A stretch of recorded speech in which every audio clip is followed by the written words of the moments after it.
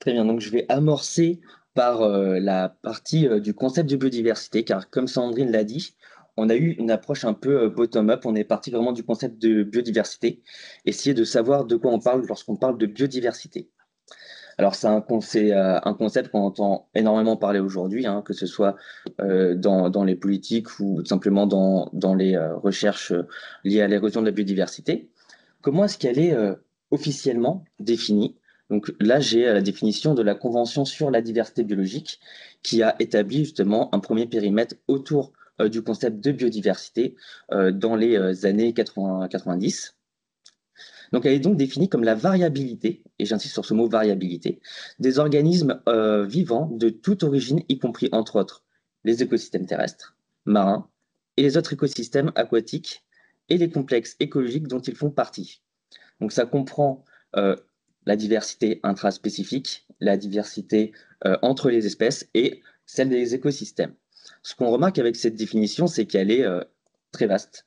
Elle est très vaste. Au final, on a du mal à établir un périmètre autour de cette vision de biodiversité. Et c'est pour ça, pardon. Et c'est pour ça qu'on va revenir dessus par la suite.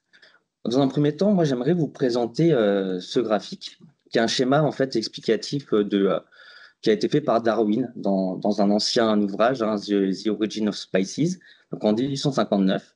Je m'en sers pour illustrer une chose. Donc là, on va avoir des espèces en bas, A, B, C, D, etc. Et à chaque nœud, là, pour certaines, on va avoir des événements potentiellement d'extinction ou encore de spéciation, donc de création de nouvelles espèces. Et ce que je vais vous montrer ici, c'est que quand on parle de biodiversité, bien sûr, derrière, il y a un aspect temporel, une évolution. Et il y a création, dans un premier temps, de variabilité, donc d'espèces intermédiaires, disons, des espèces qui, pas adaptées, hein, on connaît le filtre environnemental, et qui vont donc avoir des extinctions d'espèces et des événements de spéciation qui vont conduire à potentiellement deux espèces distinctes. Ce que je veux dire par là, c'est que la biodiversité, c'est pas figé, c'est pas juste un nombre d'espèces, c'est pas un esprit de jeunesse qu'on peut en avoir. C'est vraiment, ça repose sur quelque chose que je qualifierais d'équilibre dynamique. C'est parce que c'est en mouvement qu'elle se maintient. On a vu avec la définition du départ que c'est très vaste comme concept. Donc on s'est dit, on a besoin d'un cadre d'analyse. Ce cadre d'analyse, on en a adapté un. Donc ça provient à la base d'un papier de 1990. Si vous intéresse, c'est NOS, N-O-2-S, de 1990, qui a proposé pour la première fois un concept, le concept de biodiversité, un cadre d'analyse qui passe par la composition, une composante structurelle, la structure, et une composante qui est le fonctionnement. Moi, j'ai trouvé extrêmement intéressant ce cadre d'analyse. J'en ai fait la base pour toute l'étude sur la biodiversité. Alors, pour vous le présenter rapidement, on va avoir à peu près trois échelles. Donc, génétique, représentée en jaune au centre, et species, donc les espèces, les écosystèmes.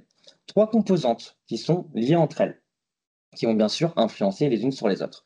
La composition, c'est la représentation la plus immédiate qu'on a de la biodiversité. Comme dans le test avant, ça peut être quelles espèces sont représentées, à l'échelle des écosystèmes, quel écosystème, la variété des écosystèmes, à l'échelle des espèces, quelle espèce, à l'échelle génétique, la composition génétique des individus. On va voir la structure. La structure, c'est une deuxième composante qu'on arrive bien à se représenter aussi.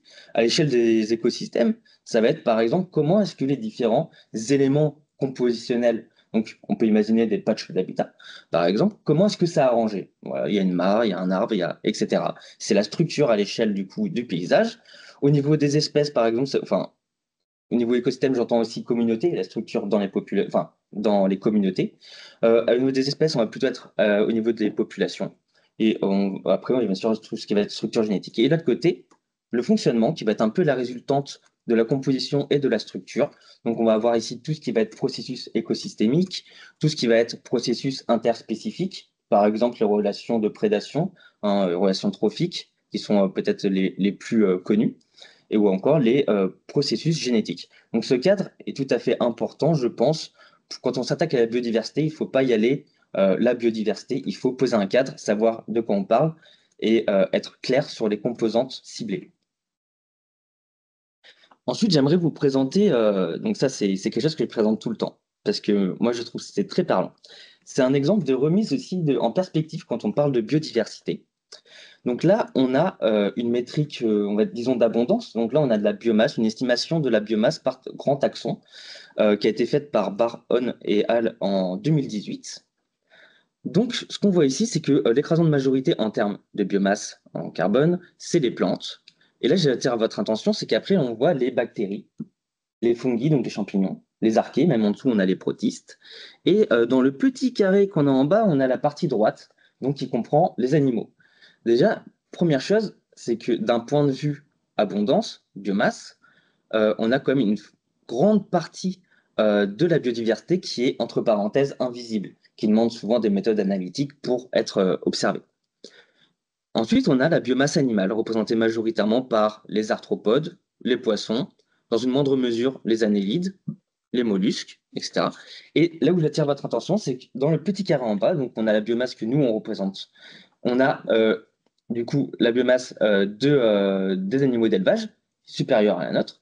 Et surtout quand on compare avec, par exemple, les mammifères sauvages ou les oiseaux sauvages, on voit qu'il y a quand même un facteur de presque en moins de 10 entre les biomasses estimées. Donc voilà, ça c'est vraiment une remise en perspective, c'est toujours très intéressant à voir.